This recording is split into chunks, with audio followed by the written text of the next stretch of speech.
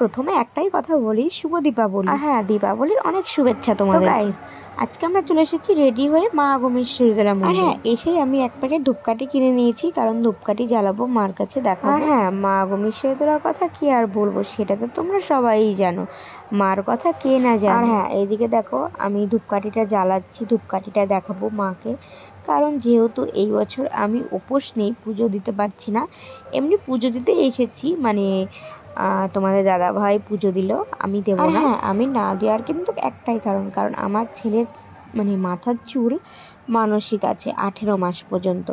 তো ওই মানসিক 18 মাস পর্যন্ত না দেওয়া পর্যন্ত, ওই চুল ন্যাড়া না করার পর্যন্ত আমি কিন্তু কোনো কালী ঠাকুরের কাছেই পুজো দিতে পারবো না। কারণ এটা মা কালী, এটা অন্য কোনো ঠাকুর না। কোনো ভুল ভ্রান্তি হলে পরে তার ক্ষমা নেই। সেই জন্য আতুরের চুলটা কাটবো, তারপরে এসে আগমেশ্বরীতলায় পুজো দেবো। আমার ছেলেরও কিন্তু মানসা আছে মা আগমেশ্বরীতলার কাছে। তো এই বছর তো হলো না, সামনের বছর দেবো মানসাটা, ওই জন্যই আমি উপোস। আর হ্যাঁ গাইস, সব থেকে অবাক কাণ্ডর কী কথা জানো, দেখো মার কিন্তু পুজো দিচ্ছে, কিন্তু মার কিন্তু এখনও কোনো কিচ্ছু রেডি হয়নি, এখনও রঙই কমপ্লিট হয়। সে যাই হোক না কেন, এখন কিন্তু ঘড়ির কাঁটায় বাজে 5টা। এইদিকে দেখো 5টা বেজে গেছে, কিন্তু মাকে কিন্তু এখনও রেডিই করা হয়নি। আর মার কিন্তু 1টার দিকে চক্ষু দানাবে, তার মধ্যে কিন্তু ফুল কমপ্লিট করবে। আমাদের মাকে কিন্তু এইভাবেই পুজো হয়। এইদিকে একদিকে হচ্ছে রং করে, গয়না পরায়, শাড়ি পরায়, মাকে রেডি করে, আর আরেক দিক থেকে পুজো হয়। এভাবেই কিন্তু মা আগমেশ্বরী পরিচিত। গাইস, ছেলেকেও কিন্তু নিয়ে গেছিলাম ঠাকুর দেখাতে, কারণ একা একা যাব, ও আমাদের সঙ্গে যাক, সেজন্য আমরা কিন্তু 3জন গেছিলাম। আর হ্যাঁ, আমি কিন্তু শাড়িই পরে যেতাম, কিন্তু যেহেতু আমার পাপাকে নিয়ে গেছি, সেহেতু আমি তো শাড়ি পরে তো ওকে সামলাতে পারবো না। আর বলো তো কি, শাড়ি পরে না গাড়িতে তো 2 পাশে পা দিয়ে বসতে পারবো না, আর ওকে কিন্তু ভালোভাবে ধরতে হবে, কারণ ও যা ছটপটে হয়েছে আমার বাবুটা, সেই জন্যই শাড়ি পরিনি, জামা পরে গেছি।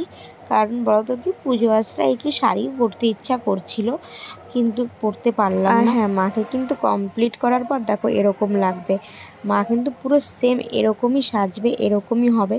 দেখতে পেরেছো, এত গয়নাগাটি পরবে, সেটা কিন্তু এখনও কিছুই করানো হয়নি। আর দেখো সবাই পুজো দিচ্ছে, এখন একটু ভিড়টা কম আছে, পরে কিন্তু আর মানে কেউ ঢুকতেই পারবে না, এত পরিমাণে ভিড় হবে। ওই জন্যই আমরা একটু সকাল সকাল এসেছি, বিকালের দিকে, যাতে ভিড়টা একটু কম হয়, ফাঁকায় ফাঁকায় চলে যেতে পারি পাপাকে নিয়ে। আর বাচ্চা ছোটো থাকলে তো একটু মানে ফাঁকা ফাঁকাই বেশি পছন্দ। আর হ্যাঁ, এটা কিন্তু তোমরা বলতে একদম ভুলো না যে আমার পাপাকে আজকে সাজিয়ে কেমন লাগছে। ওকে আজকে নতুন একটা জামা পরিয়েছি, আর এই জামাটা ওকে দিয়েছে আমার একটা কাকা। তো দেখো জামাটা পরে কেমন লাগছে। আর গাইজ দেখো, আমাদের স্কুটিতে আমরা বসে আছি কিভাবে, আমার পাপা বসে আছে আর সব কিছু দেখছে। দেখো এইভাবে বসেই কিন্তু আমরা যাচ্ছি। আর হ্যাঁ, বাপের বাড়ি কাছে কাছে থাকলে যা হয়, ভাবলাম তাহলে চলো একটু ওই বাড়ি থেকেও ঘুরে আসি, পাপার সাথে সবার একটু দেখা করিয়ে আসি। তো দেখো এসেই মামার কোলে উঠে পড়েছে, আর বম্মার কোলে যাবে বলে কান্নাকাটি করছে। আর গাইজ দেখো, ওই বাড়ি থেকে ঘোরা হয়ে গেল, তো এবার চলে এসেছি আর একটা মার দর্শন করতে, মা সিদ্ধেশ্বরীতলা। তো সেখানেও পুজো দিতে এসেছি, পাপার নামেই সব জায়গায় পুজো দেব, মানে দক্ষিণাটা দিয়ে যাব, সকালবেলা এসে প্রসাদ নিয়ে যাব। আমরা নিজে হাতে পুজো কিংবা অঞ্জলি সেটা দেব না এই বছর, সেটা সামনের বছর দেব। আর হ্যাঁ, পাপাকে কিন্তু আমি বারান্দায় নামিয়ে দিয়েছি ঠাকুরের সামনে, আর ও কিন্তু ঘুরে বেড়াচ্ছে। আর হ্যাঁ, সব থেকে একটা মজাদার কথা জানো কি, এই যে মা সিদ্ধেশ্বরীতলায় ঠাকুর, মা যে গয়নাগুলো পরে আছে সব কিন্তু সোনার গয়না। আমি কিন্তু প্রথমে বিশ্বাস করিনি, পরে তোমাদের দাদা ভাইয়ের কাছে শুনলাম, বলল হ্যাঁ ওগুলো সব সোনার গয়না। আমি তো দেখে পুরো অবাক হয়ে গেছি, বাবা ঠাকুরটাকে কি দারুণ লাগছে দেখতে, পুরো মনে হচ্ছে মায়াবী চোখ, এত ভালো লাগছে। আর হ্যাঁ গাইস দেখো, আমরা আর এক জায়গায় চলে এসেছি, জুরাকালী বটতলা।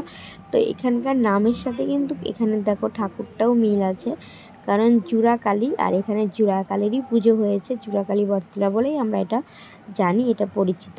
তো দেখো দুটো কালী পুজো একসঙ্গে পুজো, আমি কিন্তু আগে কোনোদিনও দেখিনি দুটো কালী একসাথে পুজো, এই প্রথমবার দেখি। আর হ্যাঁ, ঠাকুর দেখে বাড়িতে চলে এসেছি। এবার আমার পাপা দেখো আমার বড় মাসি শাশুড়ির সাথে একটু আড্ডায় আর কি মারছে, হাসছে দেখো। আর ভিডিওটা কেমন হয়েছে সেটা তোমরা অবশ্যই জানিও, লাইক কমেন্ট শেয়ার করে দিও প্লিজ, তোমরা আমার পাশে থেকো গাইস, বাই।